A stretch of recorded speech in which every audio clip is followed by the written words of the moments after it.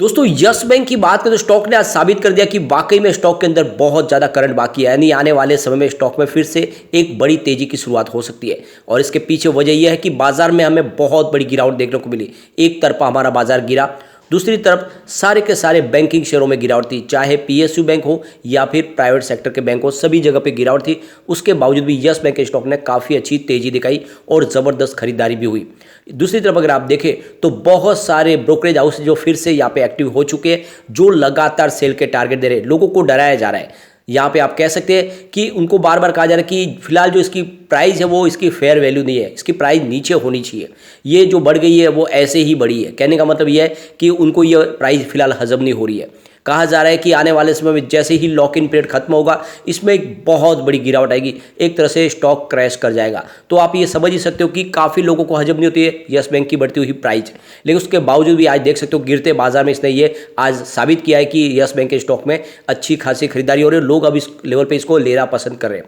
तो आप ये समझ ही सकते हो कि जिस तरह से अभी सेल के जो टारगेट निकल के आ रहे वो यही कोशिश कर रहे हैं कि किस तरह से इसकी प्राइस को फिर से नीचे लाया जाए, क्योंकि फिलहाल ये 20 को क्रॉस कर गया है और उनके हिसाब से इसकी प्राइस 15-16 ही होनी चाहिए। ये स्टॉक ऊपर कैसे जा सकता है, तो यहाँ पे बहुत सारे टारगेट्स है, उनको डिस्कस करेंगे और आगे की क्या संभावना उसको भी जानने की कोशिश करेंगे। और क्या इस समय में यस बैंक में इन्वेस्टमेंट करना चाहिए या फिर ये यस बैंक में प्रॉफिट बुक करने का ये मौका है, इन सारी बातों को समझेंगे इस वीडियो के माध्यम से।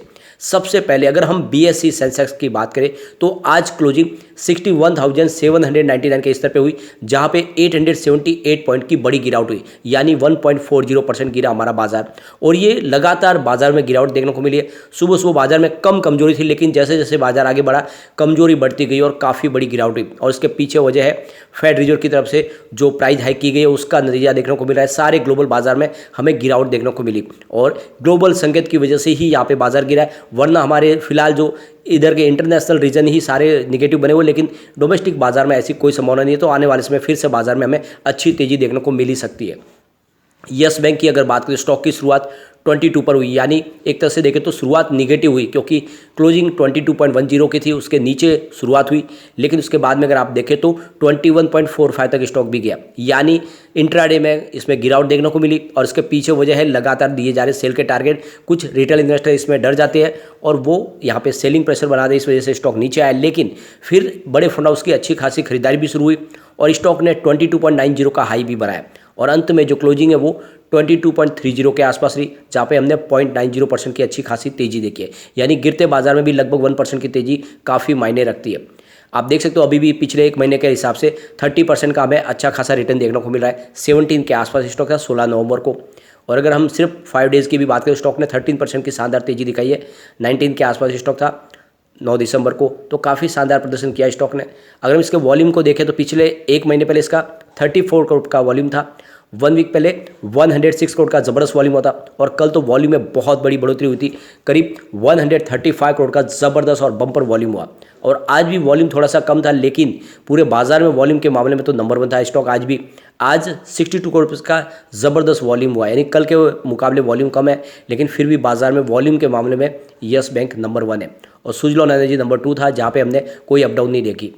अब पूरे बाजार की अगर हम बात करें तो निफ्टी 50 18,414 के स्तर पे क्लोजिंग दिया है, जहाँ पे हमने 1.32% की गिरावट देखी है। निफ्टी बैंक की अगर हम बात करें तो यहाँ पे 43,498 के स्तर पे 1.25% की गिरावट थी। और निफ्टी पीएसयू बैंक की बात करें तो 4,464 के स्तर पे 1.88% की गिरावट, यानी लगभग 2% की गिरावट, यानी बाजार से ज़्यादा गिरावट आज सरकारी बैंकों में थी। निफ्टी प्राइवेट बैंक की बात करें तो यहाँ पे 22,189 के स्तर पे 1.06% की गिरावट थी, यानी यहाँ पे इस प्राइवेट बैंकों में भी गिरावट थी, लेकिन सरकारी बैंकों से थोड़ी कम, यहाँ पे 1% के आसपास गिरावट थी। लेकिन उसके बावजूद भी आप देख सकते हो यस बैंक के स्टॉक ने काफ़ी अच्छी तेजी बताई, 1% के ऊपर की क्लोजिंग है, जो काफ़ी मायने रखती है। अब यहाँ पे देख सकते हो कि 1 वीक के हिसाब से पूरे बैंकिंग सेक्टर को देखें तो यस बैंक नंबर 2 पे रहा है। यस बैंक ने पिछले एक सप्ताह में 28.65% का शानदार रिटर्न दिया है। इस दौरान धनलक्ष्मी बैंक ने 36% का जबरदस्त रिटर्न दिया, ये नंबर 1 बनाया। उसके बाद सीएसबी बैंक है जिसने 17% का पॉजिटिव रिटर्न दिया। फिर साउथ इंडियन बैंक जिसने 14% का अच्छा खासा रिटर्न दिया है। करूर वैश्य बैंक जिसने 16.68% का पॉजिटिव रिटर्न दिया है। उसके बाद आरबीएल बैंक द्वारा 10.69%। फिर सूर्योदय स्मॉल फाइनेंस बैंक की बात करें तो 10.63% की तेजी थी। उज्जवनी स्मॉल फाइनेंस बैंक ने 6.82% की तेज़ी बताई है और इंडसइंड बैंक ने 6.40% की तेज़ी बताई है। IDFC फर्स्ट बैंक में हमने 5.74% की तेज़ी देखी और फिनो पेमेंट बैंक में 5.70% की तेज़ी है। फेडरल बैंक में 4.31% की तेज़ी। तो यहाँ पे यस बैंक एक वीक के हिसाब से नंबर 2 बना है। अब यहाँ पे आप देख सकते हो कोटक इंस्टीट्यूशनल इक्विटीज़ ने यहाँ पे एक तरह से सेल का टारगेट दिया। उनके हिसाब से आने वाले समय में यहाँ पे 28% की बड़ी गिरावट हो सकती है। कोटक इक्विटीज़ का कहना है कि इसकी जो फेयर वैल्यू है वो 16 रुपीज़ है, तो फिलहाल इस लेवल से 28% की गिरावट होगी। यहाँ पे कोटक इक्विटीज का कहना है कि हमें बहुत सारा आश्चर्य हो रहा है कि ये स्टॉक की प्राइस इतनी बड़ी क्यों है, जबकि यहाँ पे इस तरह से कोई भी वातावरण नहीं है और जिस तरह से माहौल बना उस हिसाब से ये प्राइस यहाँ तक नहीं जाने चाहिए। यानी स्टॉक की प्राइस काफ़ी ज़्यादा बढ़ चुकी है और इसमें आने की संभावना नीचे ही है। उनका कहना है कि ARC और दूसरी तरफ जो यहाँ पे फंड रेजिंग हुई है इसका ये मामला तो सारा पुराना है और ये सारी बातें तो हो चुकी है, तो ऐसे में अभी इसकी प्राइस बढ़ने का क्या मतलब है। तो कुल मिला के आप देख सकते हो उनको ये हजम ही नहीं हो रहा है कि ये प्राइस क्यों बढ़ी है। तो यहाँ पे कोटक इक्विटीज के हिसाब से इसमें प्राइस गिरनी चाहिए और उनके हिसाब से 16 पे आएगा तभी इसकी प्राइस सही है। तो इस तरह से लगातार सेल के टारगेट दिए जानबूझ के यहाँ पे रिटेल इन्वेस्टर को डराने की कोशिश की जा रही है। दूसरी तरफ मॉर्गन स्टैनली जो ग्लोबल ब्रोकरेज हाउस है वो भी 20.50 का टारगेट दे रहे हैं। उनके हिसाब से यहाँ पे करंट लेवल से 8% की गिरावट देखने को मिल सकती है। HDFC सिक्योरिटीज के technical research analyst Nagaraj Shetty का कहना है कि फिलहाल इसके जो ब्रेकआउट है वो ऊपर की तरफ दिखाई दे रहे हैं और वॉल्यूम में बढ़ोतरी जो होनी शुरू हो गई है वो आने वाले समय यहाँ पे कुछ पॉजिटिव सिग्नल दिखा रहे हैं। तो आने वाले समय में इसमें तेजी का ट्रेंड जारी रह सकता है और इसका जो अगला टारगेट है वो 25 के आसपास रह सकता है और 25 तक अगर स्टॉक पहुँच गया तो फिर 31 तक जाने की उम्मीद की जा सकती है। उनके हिसाब से आने वाले 3 महीनों में ये टारगेट हम देखने को मिल सकता है हमें और 19.50 के आसपास अगर गिरावट होती है तो उसमें आपको खरीदारी का मौका तलाशना चाहिए। GPL कैपिटल के विज्ञान सावंत का कहना है कि यस बैंक ने 19.45 के अपने कई सालों के बने रेजिस्टेंस को आखिर ब्रेक कर लिया है और अब इसमें भारी वॉल्यूम देखने को मिल रहा है और साथ में ब्रेकआउट के साथ में स्टॉक ऊपर की तरफ जाने को तैयार है। तो ऐसे में आने वाले समय इसमें तेजी बन सकती है। तो उनके हिसाब से जो टारगेट है वो 32 रुपीज़ का है और सबसे बड़ी बात है कि 17 का स्टॉप लॉस लगाने की साथ में सलाह दी गई है उनकी तरफ से। लेकिन यहाँ पे देख सकते हो बहुत सारे जो रिसर्च एनालिस्ट है वो लगातार सावधान कर रहे हैं, कह रहे हैं कि यस बैंक में आपको ज़्यादा सावधान रहने की जरूरत है क्योंकि आने वाले कुछ समय के बाद यानी देख सकते हो मार्च महीने में 3 साल का जो लॉक इन पीरियड है वो खत्म होगा, 75% के शेयर रिलीज होंगे, एक बहुत भारी मात्रा में होगी और ऐसे में गिरावट की संभावना बनेगी। यहाँ पे देख सकते हो कि axis bank, ICICI bank, Kotak Mahindra bank, IDFC first bank ने यहाँ पे काफ़ी बड़ी हिस्सेदारी लेकर रखी हुई है और ऐसे में जब उनके द्वारा शेयर बेचे जाएंगे तो इसमें गिरावट की संभावना बन जाएगी। प्रभुदास लीलाधर की तरफ से वैशाली पारेख का कहना है कि स्टॉक अगर 20.75 के आसपास यहाँ पे स्टेबल होने में अगर कामयाब रह जाता है तो आने वाले समय में इसकी जो प्राइस है वो 28 और फिर उसके बाद में 32 के टारगेट हमें देखने को मिल सकते हैं। लेकिन अगर स्टॉक 18 के नीचे चला जाता तो फिर इसके गिरने की संभावना हो जाएगी, फिर निगेटिव जोन में चला जाएगा स्टॉक। लेकिन GCL सिक्योरिटीज की यहाँ पे अगर आप बात करें तो यहाँ पे रवि सिंघल का कहना है कि यस बैंक में इस समय आपको खरीदारी करनी चाहिए, 17 के स्टॉप लॉस के साथ आगे बढ़ना चाहिए। आने वाले समय इसका जो टारगेट है वो 44 रुपीज़ का देखने को मिल सकता है।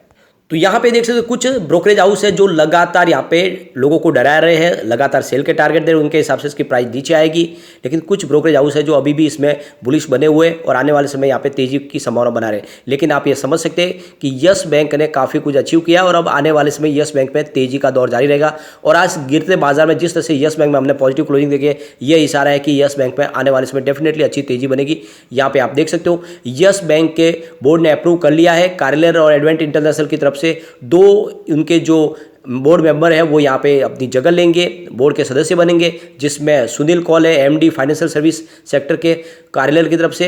इसके अलावा श्वेता जालान वो एडवेंट इंटरनेशनल की तरफ से यहाँ पे अपॉइंटमेंट दी जाएगी उनको। तो एक तरह से देख सकते हो कि आने वाले समय 1-2 प्राइवेट प्लेयर है जो यस बैंक के साथ में जुड़ेंगे, आने वाले समय यस बैंक के कारोबार में वो भी अपना योगदान देंगे। तो कुल मिला के काफ़ी अच्छा एक डिसीजन लिया गया है, एक बड़ा फंड मिलने वाला है यस बैंक को। तो ये सारी जो बातें ये इशारा करिए कि यस बैंक में अब तेजी का दौर शुरू होगा और आने वाले समय डेफिनेटली आपको अच्छी तेजी देखने को मिलेगी। लेकिन फिर भी मैं उन लोगों से कह रहा हूँ जिनका शॉर्ट टर्म मिड टर्म का नजरिया है उनको प्रॉफिट बुक कर लेनी चाहिए। अगर आपने 13-14 के आसपास खरीदारी की है और इस समय अगर आपको 22 के आसपास प्रॉफिट बुक करने का मौका मिल रहा है तो आपको प्रॉफिट बुक कर लेना चाहिए। अगर आप पूरा ना करें तो अपना प्रॉफिट निकाल लें, इन्वेस्टमेंट रख दे, या फिर इन्वेस्टमेंट निकाल के प्रॉफिट रख दे। कुछ तो अपने हिसाब से डिसीजन आप ले सकते हैं, लेकिन जिसका लॉन्ग टर्म का नजरिया उनको बने रहना है। आने वाले समय ये स्टॉक डेफिनेटली आपको मालामाल कर सकता है। यस बैंक एक लंबी रेस का घोड़ा है जो आने वाले समय आपको बहुत अच्छा रिटर्न दे सकता है। लेकिन फ्रेंड, कोई भी इन्वेस्टमेंट करने से पहले अपने फाइनेंशियल एडवाइजर से बारे ले ले या अपना खुद का रिसर्च करें, क्योंकि मैंने वीडियो